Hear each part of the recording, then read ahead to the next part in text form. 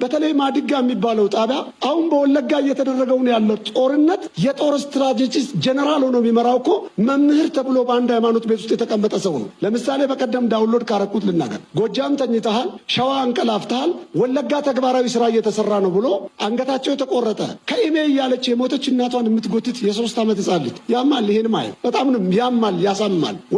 ወሎዎቹ ሰፈራ ውስጥ ሲያልቁ ለሳምንታት እህል አልበላሁም። ሐኪም ቤት ሁሉ ገብቻለሁ። አሳዝነውኝ እነዛ ያለቁ ሰዎች። እነዚህ ሚዲያዎች እንዴት ነው ኮንትሮል የሚደረጉት? በሁለት ካርድ የሚጫወቱ ሚዲያዎች አሉ።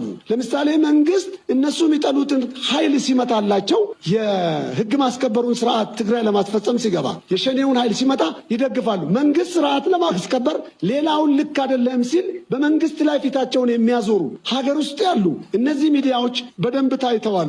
ሌላው በዚህ አጋጣሚ መናገር የምፈልገው በአዲስ አበባ አሁን ያለው ችግር አዲስ አበባ መቼም የጄኖሳይድ የሚባለው ዘር ማጥፋት ብዙ አይነት ነው። እኔ አርሲ ብወለድም የቱለማ ኦሮሞ ነኝ። ንፋስ ስልክ ላፍቶ ክፍለ ከተማ 21 ዓመት ኖሬያለሁ። እዛ አካባቢ ያሉ ገበሬዎች እንዴት እንደተነቀሉ እንዴት ርስታቸውን እንዳጡ የአባ አያንቱ የሚባሉት ሰው የማህበር ቤት ጥበቃ ዘበኝነት ሲጠብቁ ነው በሳምባ በሽታ የሞቱት።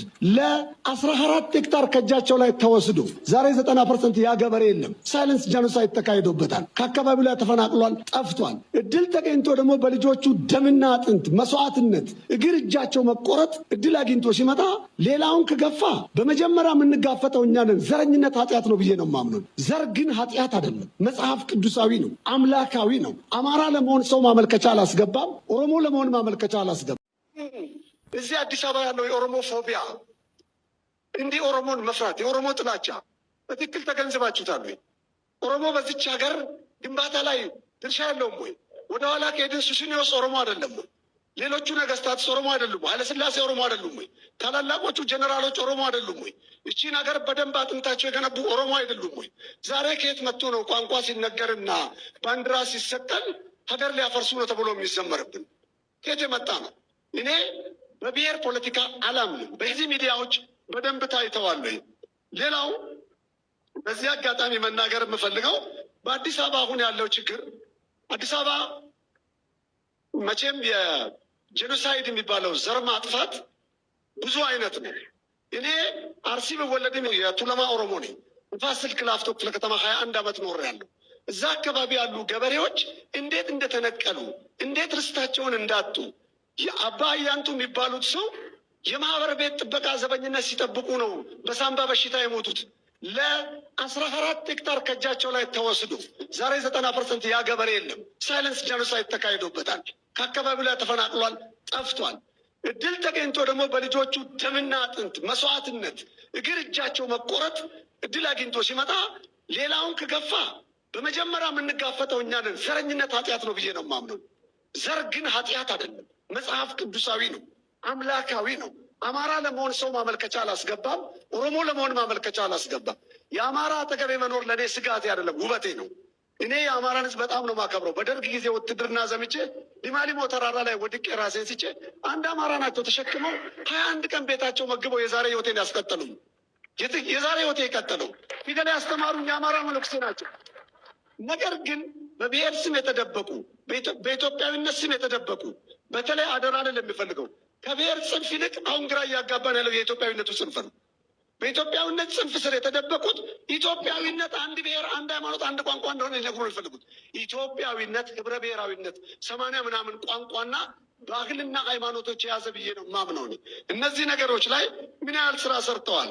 ሌላ ባንዲራ ምን አለ? የ11ዱም ክልል ባንዲራ ቢሰቀል ምን ችግር አለ? ሌላው መጠየቅ ፈልገው አዲስ አበባ ከሰማይ ነው እንደወረደው? አዲስ አበባ ሲሰፋ የኦሮሞ ገበሬ እየተነሳ ነው የሰፋው። መሬቱን ከሰጠም ለመሬቱ ጊዜ ኢትዮጵያዊነት ከሆነ ለዝማሬውና ለቋንቋ ጊዜ ለምንድን ነው ኢትዮጵያዊ መሆን ያቃተው? ምንድን ነው ችግሩ? መሬቱ ጊዜ ኢትዮጵያዊነት ነው። መሬትን አትንኩ ቢል ጽንፈኛ ዘረኛ ይባላል። ቋንቋ እንዘምር ሲል ጽንፈኛ ዘረኛ ይባላል። ይሄ ነገር ካልተስተካከለ ቅድም ታነሱት እንደነበሩ ሀገር ለማፍረስ ለሚፈልጉት ኃይሎች ትልቅ በር ይከፍትላቸዋል። የህዝብ ጥያቄ መመለስ አለበት። ብልጽግና ማድረግ ያለበት ነገር ብዬ የምናገረው ብልጽግና የእናንተ የምትመሩን ወንድም እህቶቻችን ጉዳይ አይደለም፣ የልጆቻችን የህይወት ጉዳይ። ውስጣችሁን በደንብ ብትፈትሹ እናንተም ጋር በሁለት በሶስት ካርድ የሚጫወቱ አንዳንድ አመራሮች በእኛ ክፍለ ከተማ እኔ ባለሁበት አሁን ለውጡ ሲመጣ የኦሮሞ ቄሮን መዋቅር ማፍረስ አለብኝ ብሎ ተነሳ ነው። መሪው በሳል ስለሆነ በዚህ አጋጣሚ አቶ ሙሉነን ላመሰግን ይፈልጋል።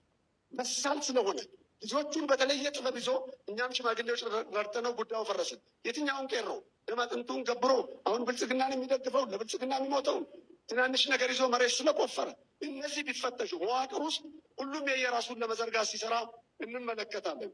ሌላው ባህላዊ የግጭት አፈታቶችን መንገድ ብትጠቀሙ፣ ሃይማኖት አባቶችን ብትጠቀሙ፣ ሁለት ሀገር የለንም።